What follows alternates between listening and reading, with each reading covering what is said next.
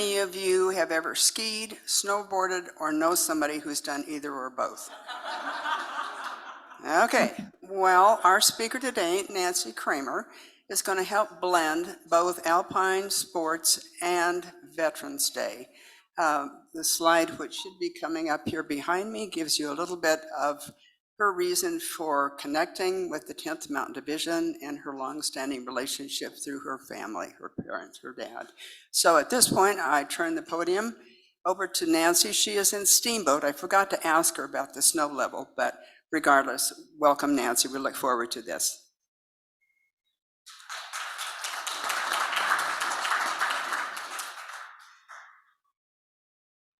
Thank you, Marty. I hope everybody can hear me.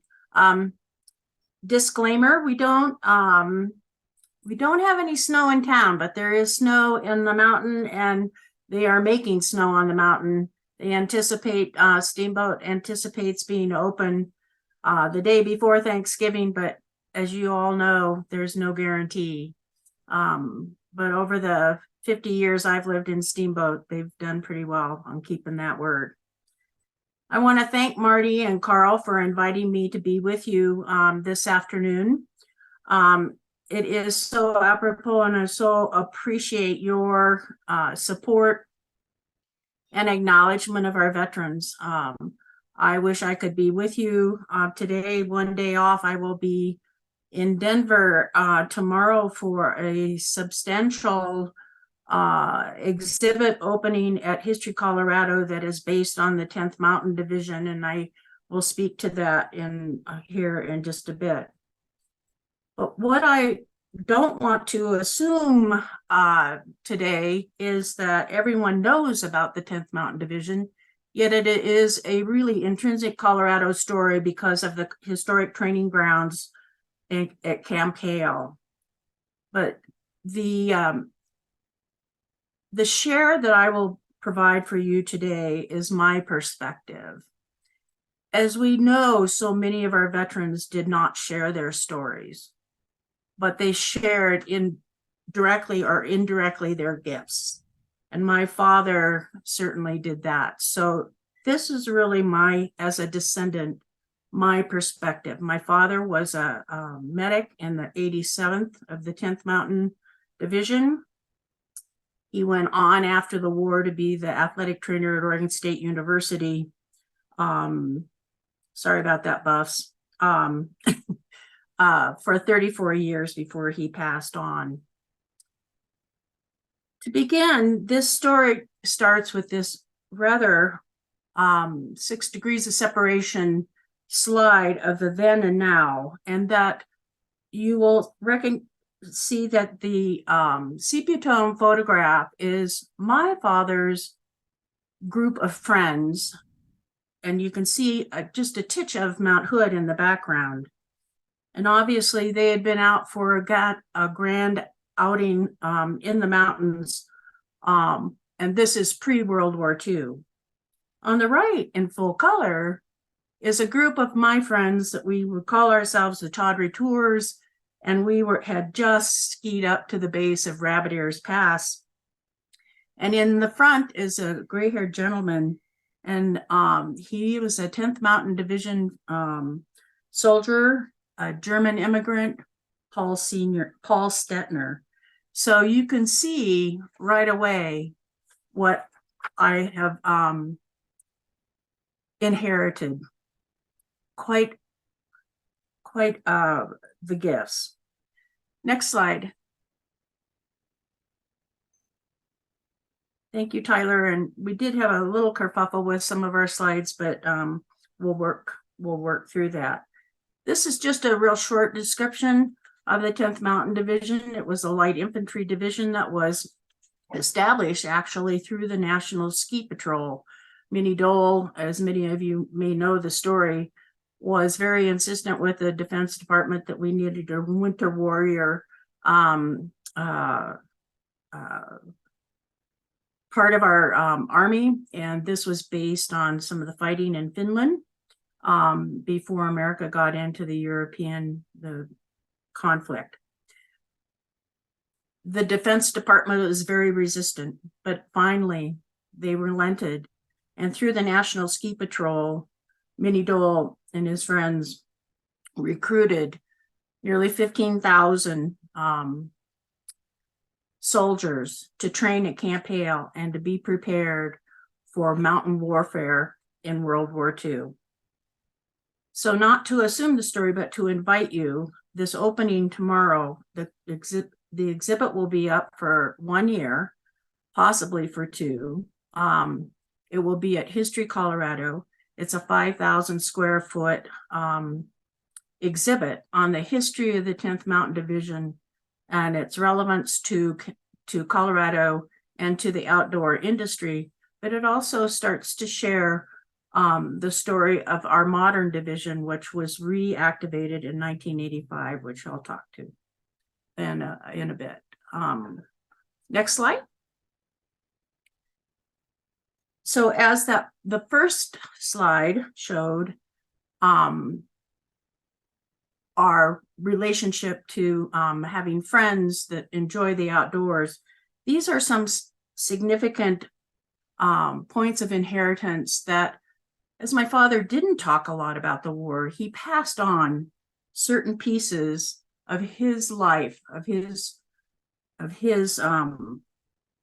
values, of his passions. And as you can see, one definitely was the mountains. One, he was a bagpiper. He was a Scotsman. He was actually born in Canada, and his folks moved to Portland, Oregon.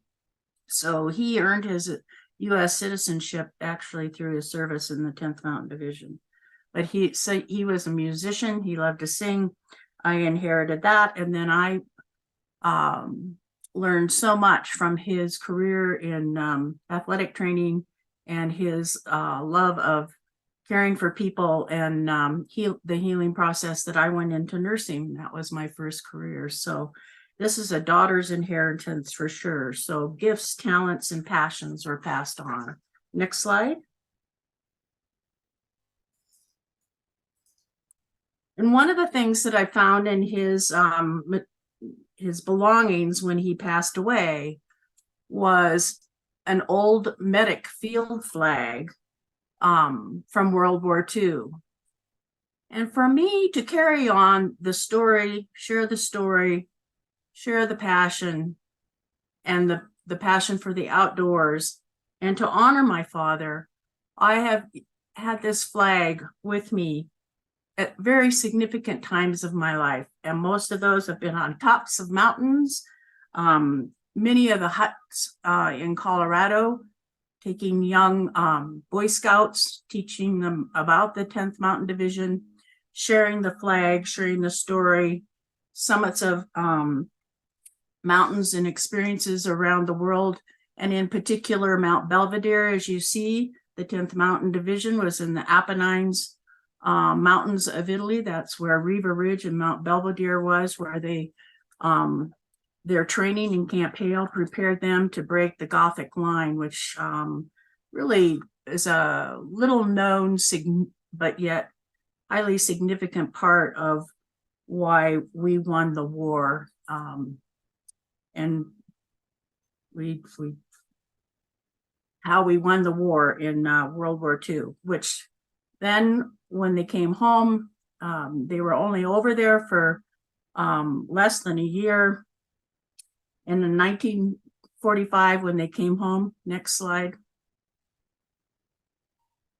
the training and the passions and the intrinsic values and core values that they experienced, or they came together collectively to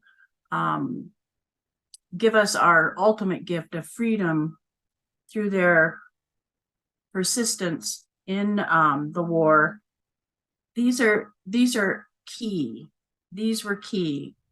And these were key to winning the war and to their battles. But it was also the first part of initiating their innovation. And their innovation is what has catapulted the outdoor recreation industry into a huge benefit to the economy of our country. Next slide. as you can see,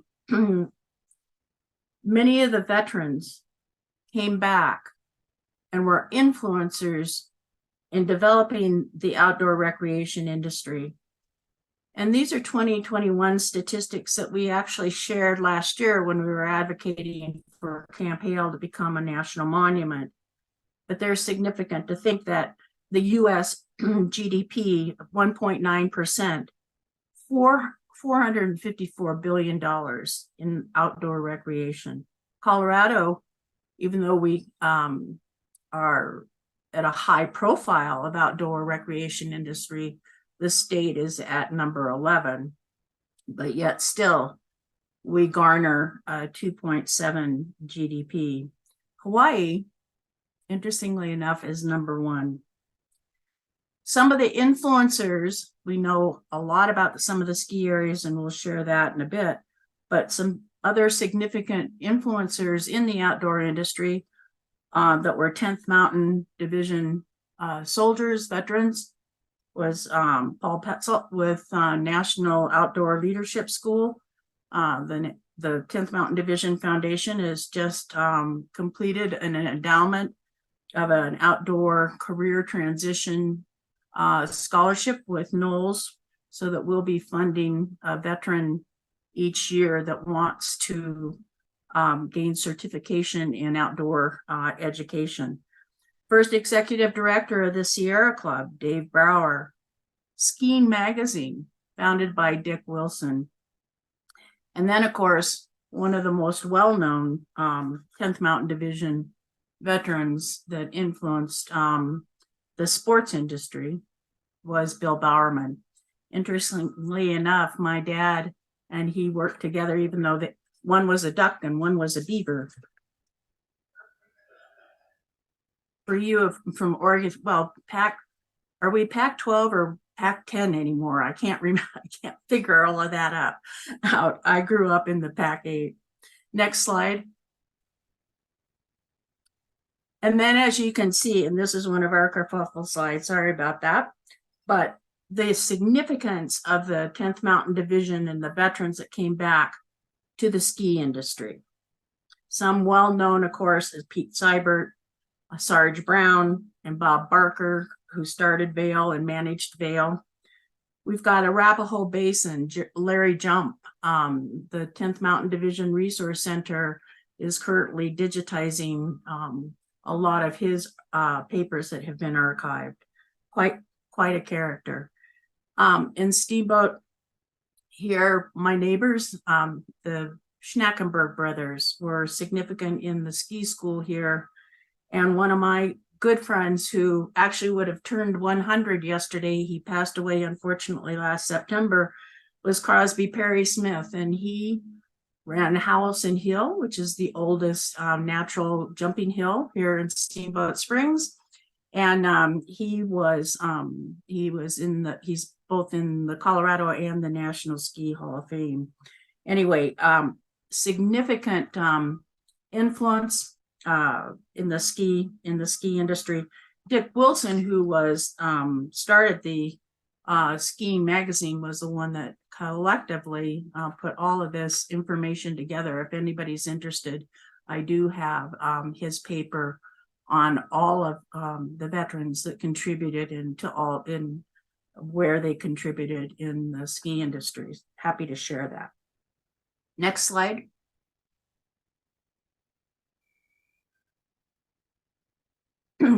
After the war, the division was reactivated for a while, and then Camp Hale was used for some cold weather training, but then it was deactivated completely in the 50s.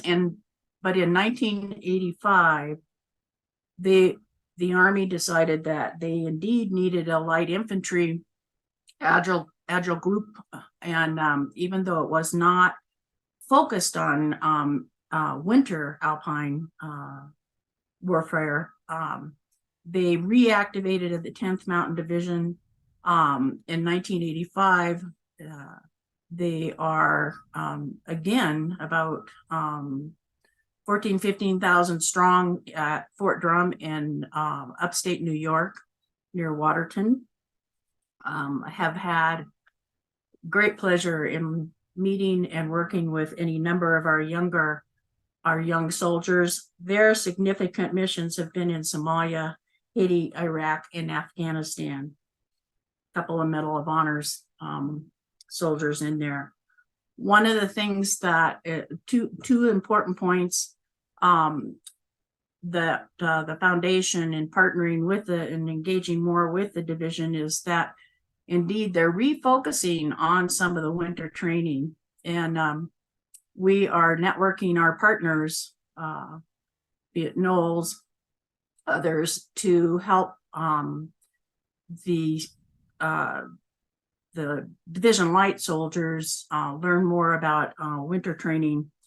The other piece is that even though they've been in existence much longer than the original division, they have not had any archive source center where the stories of their missions and the individual stories and the collective stories of the division have not been archived.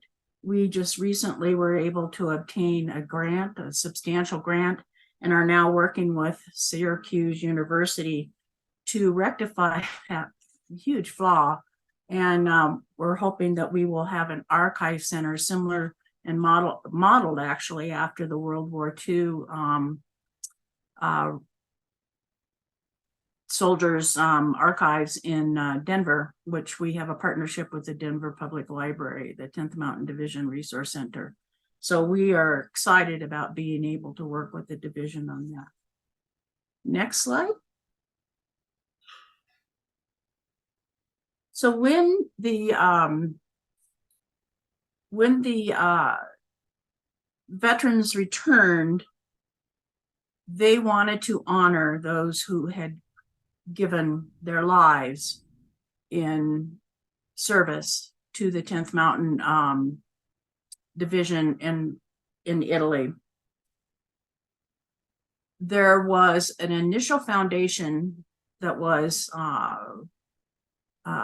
initiated by the veterans in 1958, and within a year they had raised enough money to establish a memorial with 1,000 names of those who lost their lives in the war.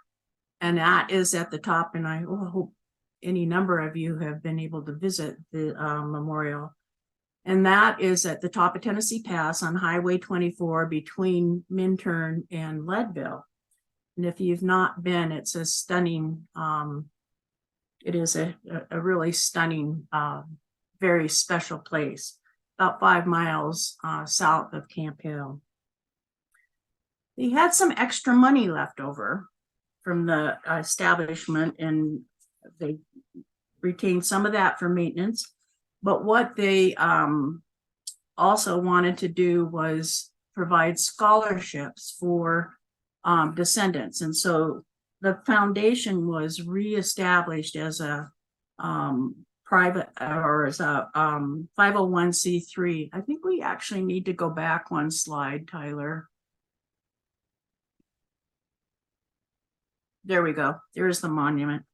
But it was this, they reestablished it as a charitable organization, 501c3, where they could provide scholarships. And then they also wanted to emphasize youth programs that focused on the outdoors and, of course, their passion and love for the mountains. So currently the foundation, this is the mission and vision that it's actually in draft form. We're updating it. But that we really want to recognize that we as a nation have been inspired by those that have served, and those in particular providing programs that are relevant to the legacy of the 10th Mountain Division. Next slide. So this next slide is who we serve and what we do. And this the logos are some of our program partners, just a part of them. But as you can see, we have veterans programs, a couple of significant ones, a very compelling program, Huts for Vets, works with the 10th Mountain Division Hut Association and helps veterans with that need post-war therapy. They provide all the services. We have been funding them the last few years. Ski instructor, snowboard instructor, PSIA, it's wonderful. We can provide scholarships for veterans to get their certification so they can teach at the different ski areas. And then a number of adaptive sports organizations that we serve. Next. Oh, I'm sorry, I'm ahead of you, Tyler. Go back one slide. Thank you. So one of the more significant parts of the legacy of the 10th Mountain Division was their training at Camp Hale. As some called it, Camp Hale. Anyway, for many, many years, the veterans wanted to preserve Camp Hale. And there were any number of efforts, be it a historic district, was one of the more significant ones, but that several decades went by, nothing happened. Then the CORE Act, the Colorado Outdoor Recreation Economic Act, came along. There was a designation for Camp Hale in that. The legislation did not pass. It was very complex, and in the Camp Hale initiative essentially got kind of lost in some of that. And so last year, Senator Bennett, Senator Hickenlooper, and Representative Neguse worked very hard on putting together a proposal that would make a national monument out of Camp Hale and the 10-mile range, again, over by Breckenridge, and part of that was where they also trained.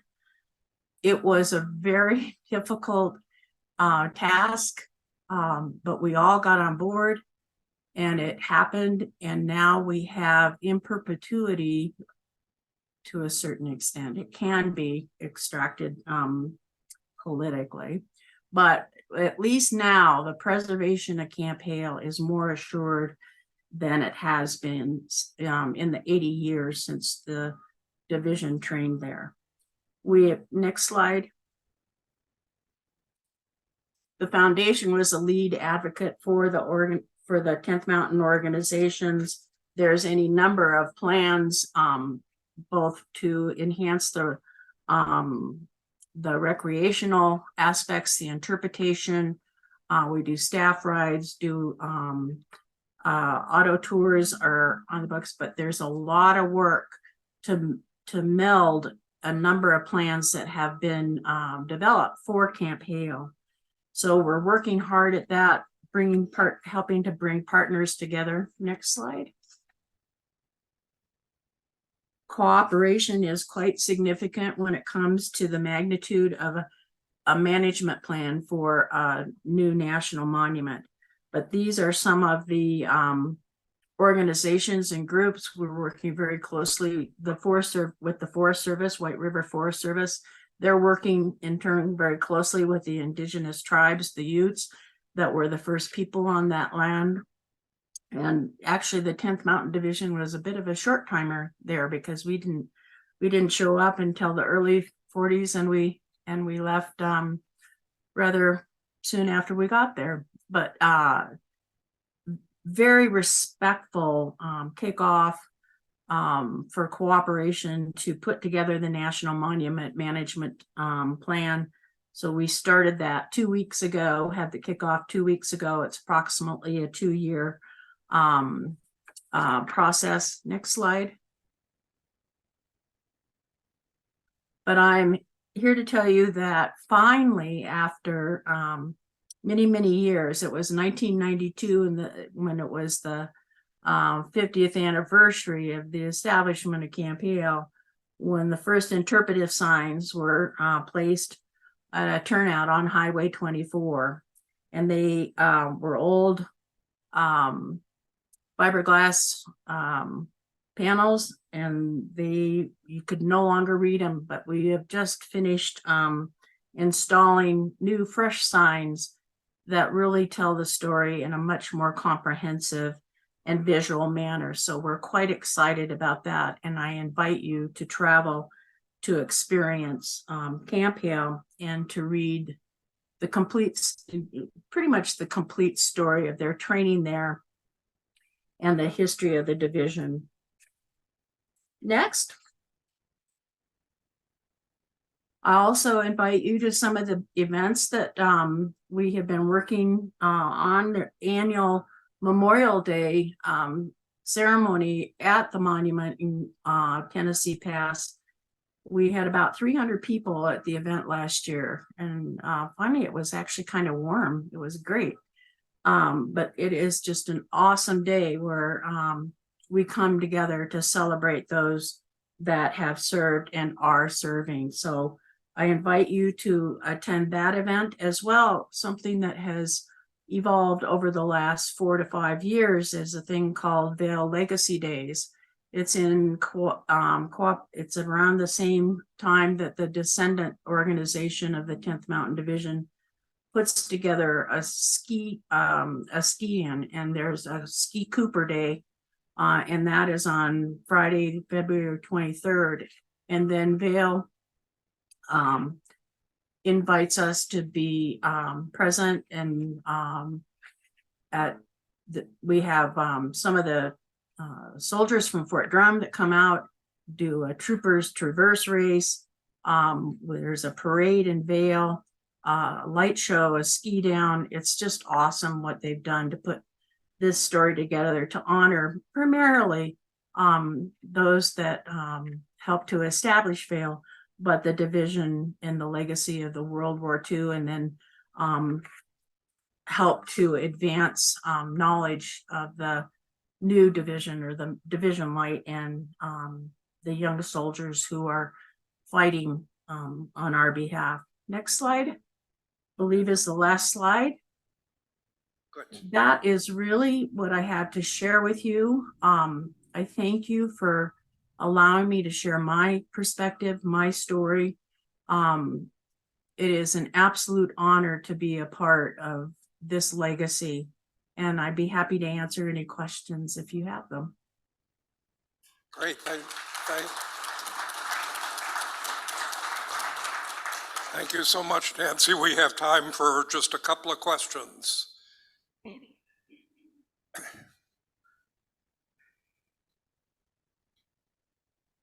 Thank you for your great presentation.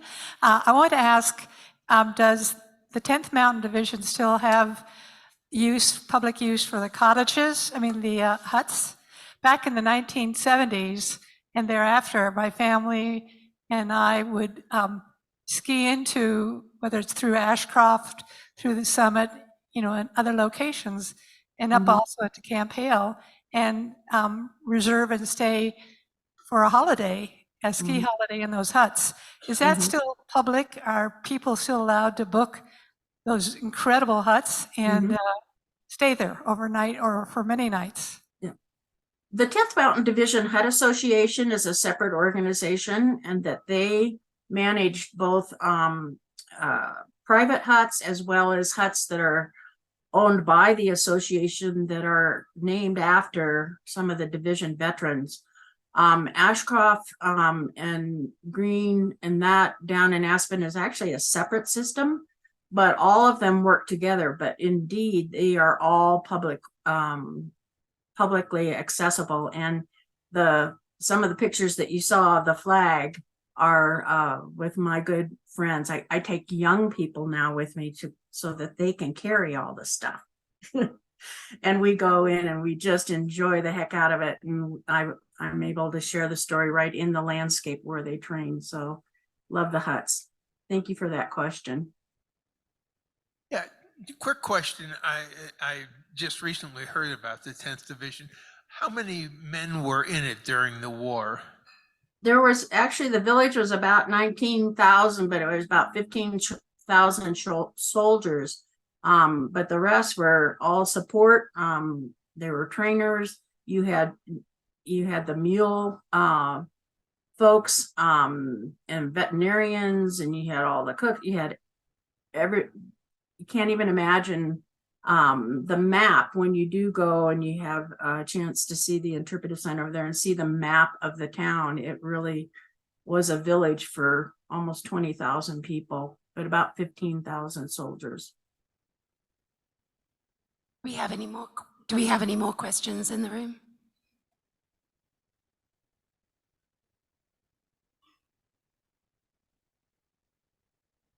Well, thanks so much, Nancy, for speaking to the club. I've been selected to be the responder because my uncle was in the 10th Mountain Division, and your father and my uncle may have known each other. We'll never know that. Of course. Mm-hmm. He grew up in Manhattan, and he was an adventurous soul, so he decided in the war that he would join the ski patrol. And he taught himself to ski. They sent him to Minnesota to learn Norwegian. So, because I don't know if you know this, but fighting in the snow with skis is a new art, and the Norwegians knew how to do it. Mm-hmm. So he was acted to help them teach the soldiers how to ski and how to fight. Mm-hmm. It was actually, some people have a misunderstanding. They think it wasn't much of a fighting that went on with the 10th Mountain, but actually it was intense. And what I read, there was 5,000 casualties of those 15,000 soldiers. So it was not easy fighting. Actually, it was 1,000. Yeah. At any rate, I want to thank you for the talk. And as you know well, we're doing our best to rid the world of polio. And in your honor, we are donating 100 doses of polio vaccine. Oh. Polio Plus Fund. We'll get it to you virtually. Thank you. Oh, that is awesome. Thank you so much. It's as being my first career being in nursing and growing up in that era. So honored. Thank you so much. Let me add my thanks, Nancy, for that interesting and fascinating bit of American history and Colorado history. Mm-hmm. Okay, next up.